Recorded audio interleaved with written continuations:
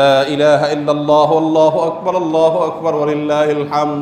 ইবাদতের দ্বিতীয় বৃহত্তর মৌসুম হলো জিলহজের প্রথম 10টি দিন। আকারে আয়তনে ইবাদতের সবচেয়ে বড় মৌসুম হলো রমজান মাস, 30 দিন ব্যাপী যে মৌসুম। সে মৌসুম সম্পর্কে আমরা সবাই কম জানি বেশি জানি।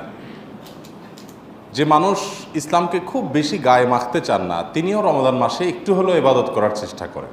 কথিত আছে শয়তানও টুপি পরে, অর্থাৎ খারাপ মানুষটাও রমজান মাস আসলে একটু হলেও ভালো কাজ করার চেষ্টা করে, কারণ আমরা জানি রমজান ইবাদতের মাস। কিন্তু খুবই আফসোসের বিষয় হলো যে আমাদের এই দেশের মানুষ, বিশেষ করে সাবকন্টিনেন্টের মানুষ, আমরা জিলহজের প্রথম দশকের তাৎপর্য এবং গুরুত্ব সম্পর্কে জানি না বললেই চলে। এই কথাগুলো বারবার বলা দরকার। আমি আপনাদেরকে উদাত্ত আহ্বান জানাতে চাই, আপনারা এই কথাগুলোর ফেরিওয়ালা হয়ে যাবেন, এই কথাগুলো অন্যের কাছে পৌঁছে দিবেন। জিলহজের প্রথম দশক ইবাদতের যে অন্যতম বড় একটি মৌসুম এবং সুবর্ণ একটি সময়, মহামূল্যবান দামি একটা সময়, সেটা মানুষকে জানাতে হবে। এটার পর্যালোচনা, এটার চর্চা, এটার প্রচার, এটার প্রসার বাড়াতে হবে। আমরা অনেকেই জিলহজের প্রথম দশকের এই গুরুত্বপূর্ণ ইবাদতের সময়টাকে হেলায় নষ্ট করে ফেলি, হেলায় হারিয়ে ফেলি। আল্লাহ তাআলা আমাদের সবাইকে এই বছরের জিলহজের প্রথম দশককে সর্বোত্তম সুন্দর ব্যবহার করার তৌফিক দান করুন। মোহতারাম হাজরিন, কোরআনে আল্লাহ রাব্বুল আলামিন তার কিছু সৃষ্টির নামে শপথ করেছেন।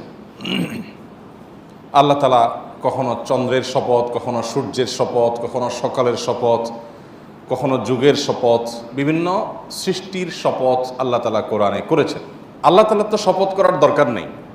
শপথ মানুষ তখন করে যখন কোনো এমন কথা সে বলতে চায় যেই কথাটা অন্যদের কাছে অবিশ্বাস্য হতে পারে, তখন সেটার বিশ্বাসযোগ্যতা সৃষ্টি করবার জন্য মানুষকে কি করতে হয়?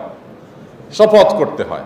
তো আল্লাহ সুবহানাহু ওয়া তাআলার কোনো কথা, সেটার বিশ্বাসযোগ্যতা নিয়ে চুল পরিমাণ কোনো প্রশ্ন ওঠার সুযোগ আছে? তাহলে তিনি কেন শপথ করলেন?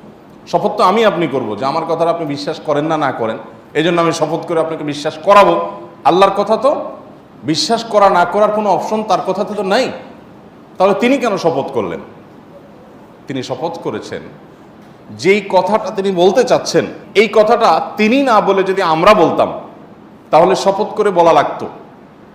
এরকম সিরিয়াস বিষয়, এরকম গুরুত্বপূর্ণ বিষয়, সেই কথাটা বোঝাবার জন্য আল্লাহ তাআলা শপথ করে।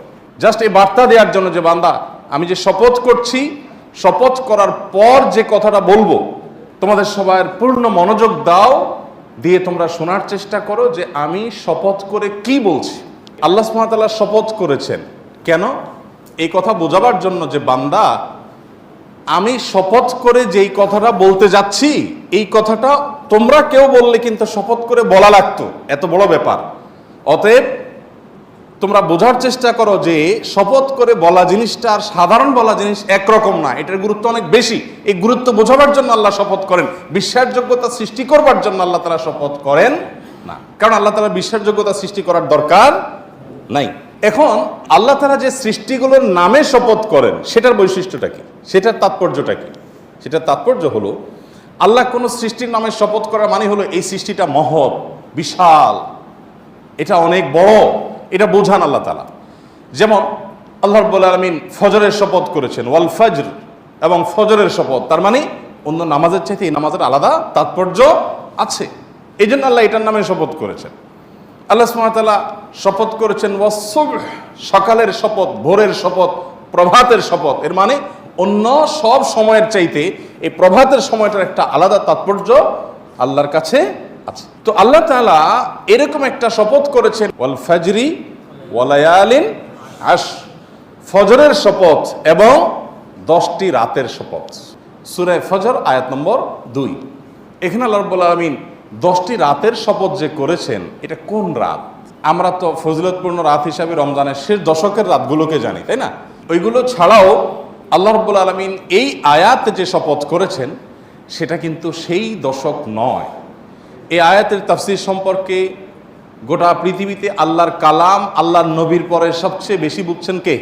আল্লাহ নবী সাল্লাল্লাহু আলাইহি সাল্লামের পরে কোরআনের ব্যাখ্যা সবচেয়ে ভালো বুঝতেন কে? আব্দুল্লাহ ইবনে আব্বাস রাদিয়াল্লাহু তাআলা আনহু। কেন ভালো বুঝতেন? কারণ নবী করিম সাল্লাল্লাহু আলাইহি সাল্লাম নিজে তার জন্য দোয়া করছেন, আল্লাহুম্মা আল্লিমহুল কিতাব আল্লিমহুত তাওয়িল, আল্লাহ এই ছেলেটাকে আপনি কোরআনের ব্যাখ্যার জ্ঞান দিয়ে দেন। আল্লাহ এমন দাওয়া দিয়েছেন যে ওনার ব্যাখ্যা ছাড়া কোরআন বোঝা এটা খুব টাফ।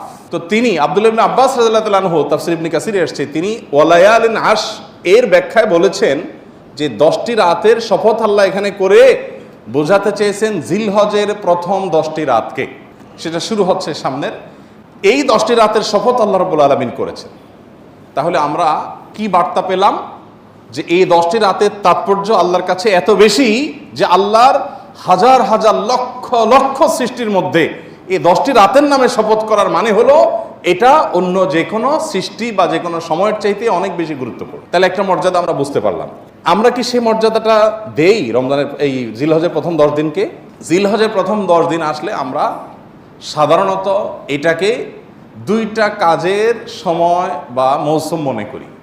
এক কোরবানি, আরেকটা হলো হজ। জিলহজ মাস এর চাঁদ দেখা গেছে, সাথে সাথে পত্রিকাগুলোর নিউজ হয় কি, গতকাল বাংলাদেশে আকাশে চাঁদ দেখা গেছে, জাতীয় চাঁদ দেখা কমিটির বৈঠকে এই ঘোষণা বা সিদ্ধান্ত গৃহীত হয়েছে, অতএব আগামী অমুক তারিখ পবিত্র ঈদ উল আজহা, গোসল খাইতে পারবেন আপনারা অমুক তারিখে, সুসংবাদ গ্রহণ করেন। এ হলো নিউজের সামারি, তাই না? অথচ নিউজ হওয়া দরকার ছিল কি, জিলহজের চাঁদ দেখা গেছে গতকাল, এর মধ্য দিয়ে মুসলমানদের জন্য ইবাদতের একটা মৌসুম শুরু হলো। বহুবিধ আমল করে মুসলমানরা এই দশককে উদযাপন করেন, পালন করেন এবং এই দশককে অর্থবহ করে তোলার চেষ্টা করেন। এ হলো আমাদের সমাজের বাস্তবতা, উঠে আসবে, তাই না? এখন জিলহজের চাঁদ উঠলে আমাদের মাথায় আসে, আমাদের স্মৃতিতে আসে গরুর ছবি আর ছাগলের ছবি, ঠিক না? ঠিক বলেন।